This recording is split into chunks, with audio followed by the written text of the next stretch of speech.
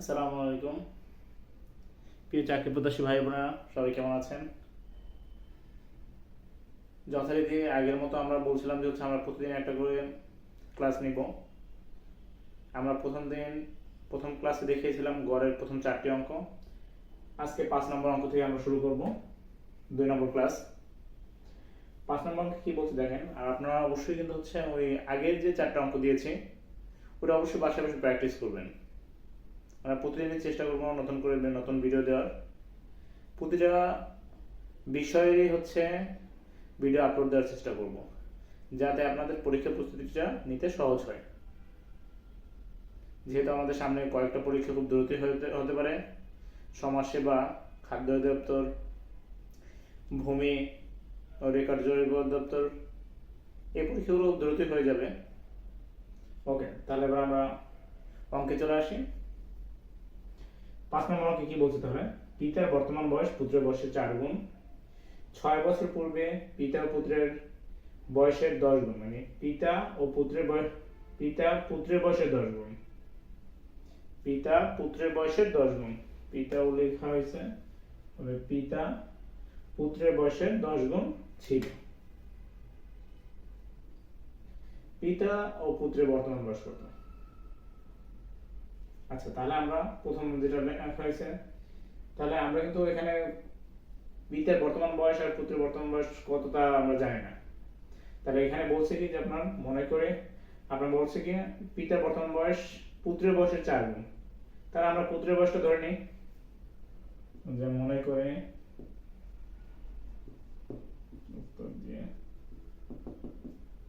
মনে করি পুত্রের বর্তমান বয়স x বছর।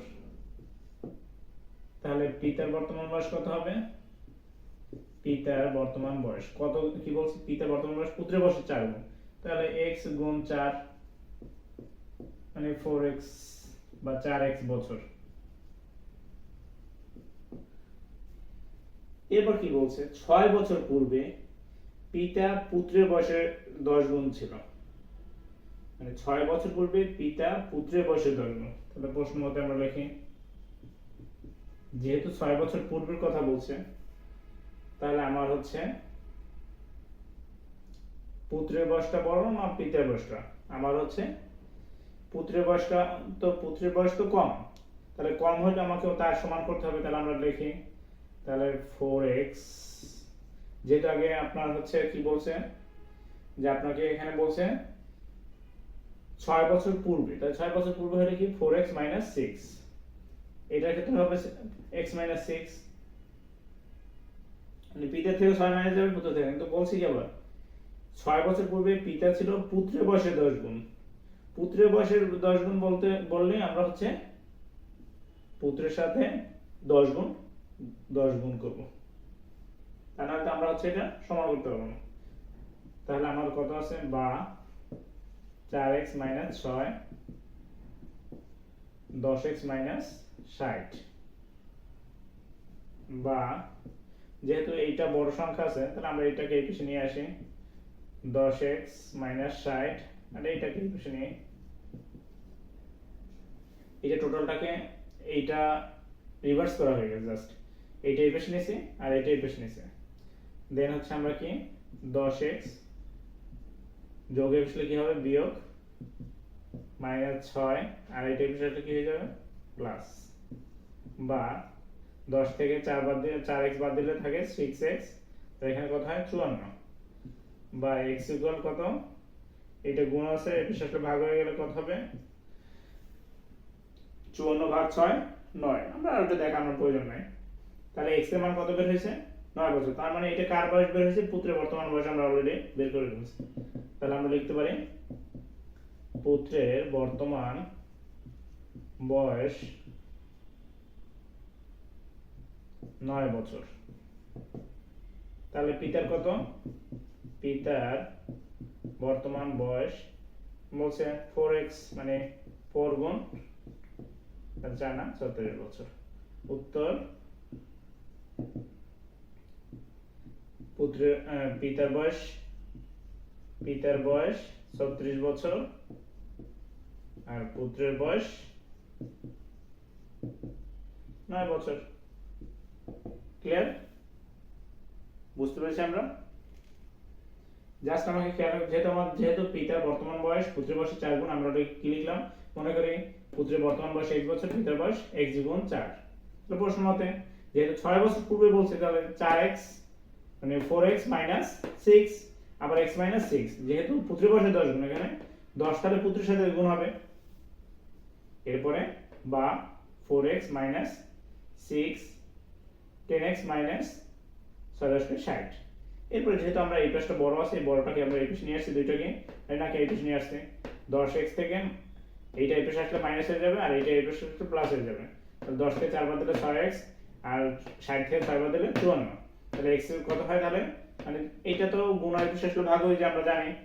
তাহলে ভাগ করলে তো 9 বের হয়, এইজন্য ডাইরেক্ট এইটা লেখা হয়ে যাবে। তাহলে পুত্রের বর্তমান বয়স বের হলো 9 বছর।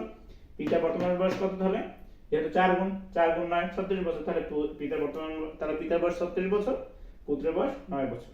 ওকে, এরপর আমরা যাব 6 নম্বর অঙ্কে। 6 নম্বর অঙ্কে কি বলছে দেখি। পিতা ও পুত্রের বয়সের সমষ্টি 76 বছর। পিতার বয়স পুত্রের বয়সের 3 গুণ হলে পুত্রের বয়স কত? এখানে আবার আগের মতো, যেহেতু আমাদের পিতা পুত্রের বয়সটা দেওয়া নাই, যেহেতু বলছে পিতার বয়স পুত্রের বয়সের 3 গুণ, তাহলে আমরা লিখতে পারি উত্তর মনে করি পুত্রের বয়স x বছর, পিতার বয়স পুত্রের বয়সের কয় গুণ বলছে? 3 গুণ, তাহলে 3 গুণ x বছর মানে 3x বছর। তারপর কি বলছে? পিতা ও পুত্রের বয়সের সমষ্টি 76 বছর। তাহলে যেহেতু এইটা দুজনের বয়স, আমরা লিখতে পারি প্রশ্ন মতে x যোগ 3x, যেহেতু দুজনের পিতা পুত্রের বয়স কত বছর? দুজনের বয়স সমষ্টি মানে কি? যোগ। এই জন্য আমরা যোগ করছি কিন্তু। তাহলে দুজনের মোট বয়স কত? 76 বছর। বা তাহলে 3 এ একটা x আর 3টা x, কয়টা x হয়? 4x। বা x ইকুয়াল এই 4x আসলে কি হয়ে যাবে? ভাগ হয়ে যাবে। তাহলে আমরা যদি এটাকে ভাগ করি তো কত হয়? 4 একে 4, 8 একে 3, 4 না 36, 19, তাই না? তাহলে আমার কি চাইছে এখানে? শুধু পুত্রের বয়স চাইছে। তাহলে পুত্রের বয়স বের হয়ে গেছে। হ্যাঁ, পুত্রের বয়স 19 বছর। এটা উত্তর 19 বছর। ক্লিয়ার? খুবই সিম্পল একটা অঙ্ক। আমরা আগের অঙ্কের মধ্যে ছিল যে পিতার বয়স পুত্রের বয়সে 3 গুণ বলছে, যেহেতু তাহলে মনে করি পুত্রের বয়স x বছর, পিতার বয়স 3 গুণ x 3x। সমষ্টি বলছে দেখি আমরা প্রশ্ন দিয়ে x যোগ 3x লিখছি। সমষ্টি কত? 76 বলে দিছে। একটা x 3টা x হয় 4টা x, তাহলে 76। এটা গুণ অবস্থা আছে, এটা আসলে কি হয়ে যাবে? ভাগ হয়ে যাবে। তাহলে 76 ভাগ 4, 4 গুণ 76, তাহলে x এর মান বের হয়ে গেছে। এখানে যদি পিতার বয়স বের করতে পারতো তা আমরা পারতাম। তাহলে পিতার বয়স বের করার সময় শুধু আমরা যেহেতু 3 গুণ বলছে 19 গুণ 3 দিয়ে দিতাম, তাহলে সাধারণ, তাহলে এটা হইতো। খুব ছোট অঙ্ক, এগুলো এমসিকিউতে আসে, অনেক সময় রিটেনও আসে। ওকে, তারপর আমরা যাব 7 নম্বর অঙ্কে। 7 নম্বর অঙ্কে কি বলছে দেখি। পিতা ও পুত্রের বয়স অনুপাত 27:2 এবং 5 বছর পরে তাদের বয়স অনুপাত কত হবে? 8:3। তাদের উভয়ের বর্তমান বয়সের সমষ্টি কত? একটু জটিল মনে হচ্ছে, দেখি তারপর আমরা করতে পারি কিনা আমরা। উত্তর, যেহেতু আমাদের এখানে অনুপাতে যে পিতা পুত্রের বয়স অনুপাত দেওয়া আছে, তাহলে দেখি মনে করি পিতার বর্তমান, এটাই বর্তমান বয়স দেওয়া আছে, অনুপাতটাকে আমরা 7x ধরি। পিতার বর্তমান বয়স 7x আর পুত্রের বর্তমান বয়স কত? 2x বছর।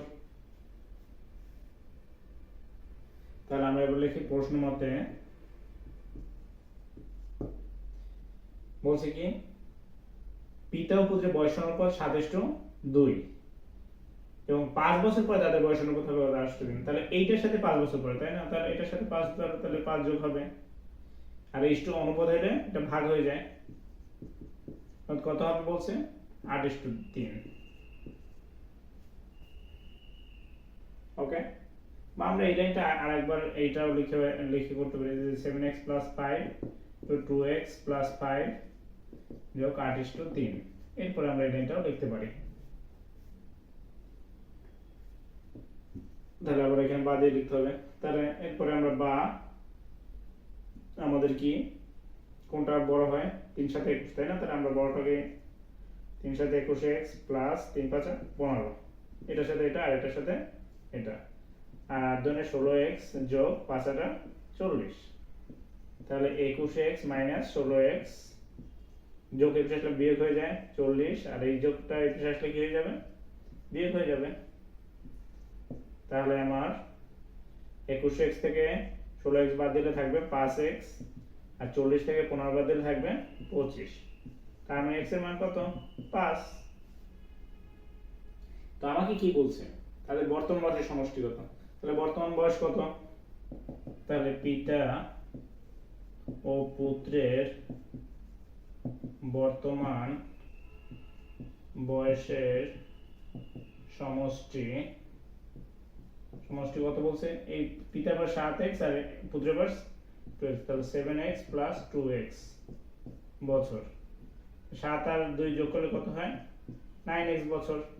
9x, x এর মান না দেওয়া আছে না আমার, x এর মান হচ্ছে 5, তাহলে 9 × 5 বছর।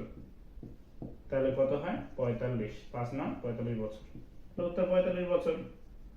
উত্তর 45 বছর। ক্লিয়ার?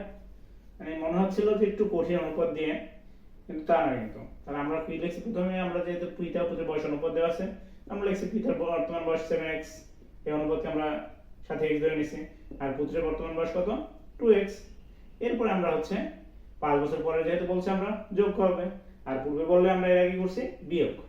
ওকে, এরপর আমরা হচ্ছে এই 8:3 হবে বলছে, আমরা অনুপাত হলে ভাগ হয়ে যায় বলতে আমরা হচ্ছে ধারাবাহিকভাবে আমরা, এটা খুবই সহজ একটা অঙ্ক, মানে হচ্ছে ঘরের অঙ্কগুলো খুবই সহজ, কিন্তু আমরা যদি এলোমেলো করে ফেলি তখন হচ্ছে আমাদের সমস্যা যেটা হয়। আচ্ছা, এরপর আমরা হচ্ছে 8 নম্বর অঙ্কে যাব। ছেলের বয়সের সমষ্টি 54 বছর, 11 বছর পরে তাদের বয়সের সমষ্টি কত হবে? খুব মানে ছোট একটা অঙ্ক, টাইম সেভ দিন বেশিরভাগ সময় আসে থাকে। তাহলে এখানে দেখেন কি বলছে, মা ও ছেলের বয়সের সমষ্টি 54 বছর, 11 বছর পরে তাদের বয়স সমষ্টি কত হবে? তাহলে কি হবে, মানে 54 সাথে 11 যোগ করব, নাকি 11 বছর পরে দুইজনেরই বয়স বাড়বে?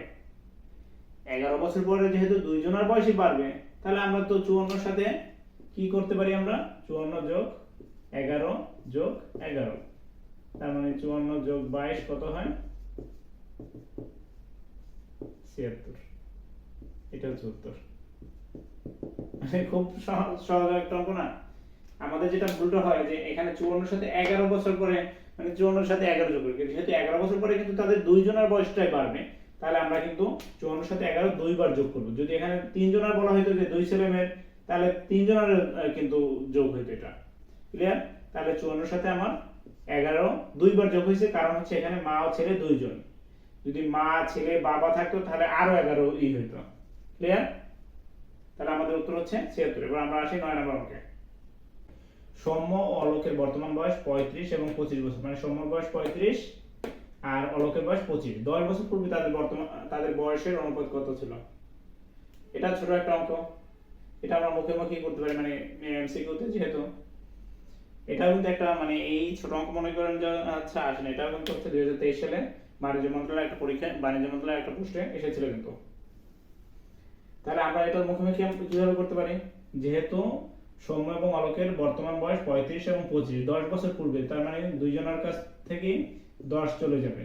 অনুপাত যেহেতু বলছে, অনুপাত দিলাম, 25 থেকেও 10 চলে যাবে, তাহলে 35 থেকে 10 বাদ দিলে থাকে 25, আর আপনার 25 থেকে 10 বাদ দিলে থাকে 15।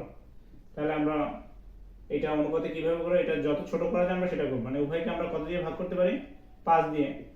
তাহলে আমরা লিখতে পারি যে উভয়কে 5 দ্বারা ভাগ করি, উভয়কে 5 দ্বারা ভাগ করি। তাহলে কত হয়, তাহলে এটা লিখলেও হয় আর না লিখলেও আপনি ডাইরেক্ট হচ্ছে 5 দ্বারা ভাগ করলে কত হয়, 5 5 25, 3 5 15। এইটা হচ্ছে উত্তর, যত ছোট করা যায়। 5:3। ক্লিয়ার? মানে জাস্ট ছোট একটা অঙ্ক, মানে সমআলোকের বর্তমান বয়স 35 আছে, 35 এবং 25 আছে, তাহলে 10 বছর পূর্বে যেহেতু বলছে 35 থেকে 10 মাইনাস যাবে, 25 থেকে 10 মাইনাস যাবে, তাহলে 35 থেকে 10 বাদ দিলে 25 আর 25 থেকে 10 বাদ দিলে 15, তার দুইটাকে আমরা যত ছোট করা যায় 5:3। ওকে, এবার আমরা আছি 10 নম্বর অঙ্কে। মাতার বয়সের গড় 36 বছর, পিতা মাতা ও মেয়ের বয়সের গড় 29 বছর হলে মেয়ের বয়স কত? কথা এটা ওই যে আমরা প্রথমে যেভাবে করছিলাম, উত্তর দিয়ে নি যে পিতা ও মাতার বয়সের গড় 36 বছর, তাহলে পিতা ও মাতার মোট বয়স কত হবে? 36 গুণন 2, 72 বছর।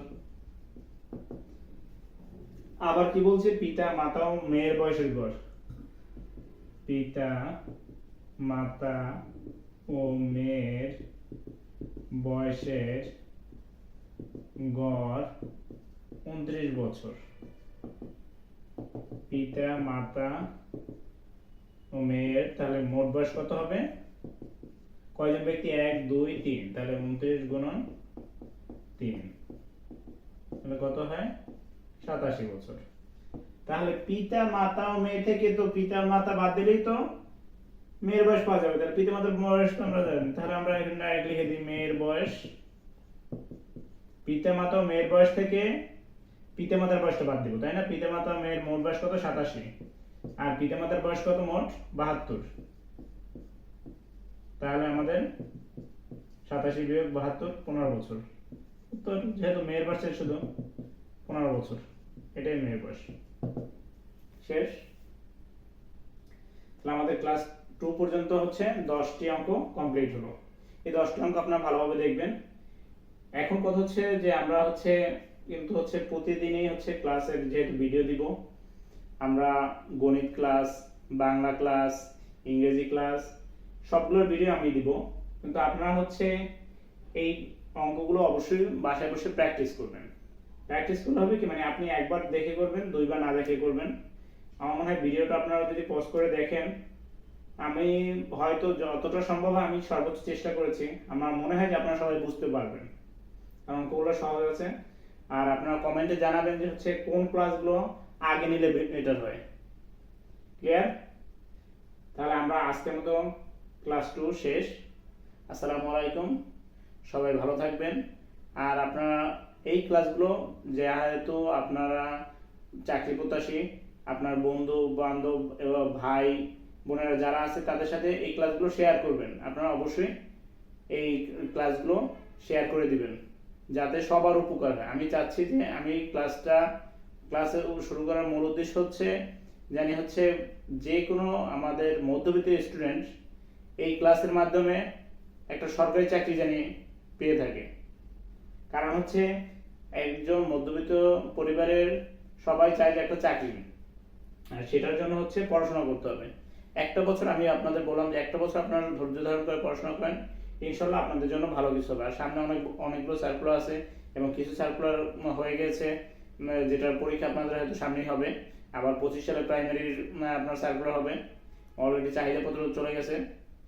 সেহেতু আপনারা হচ্ছে বেশি বেশি প্র্যাকটিস করতে হবে, পড়তে হবে।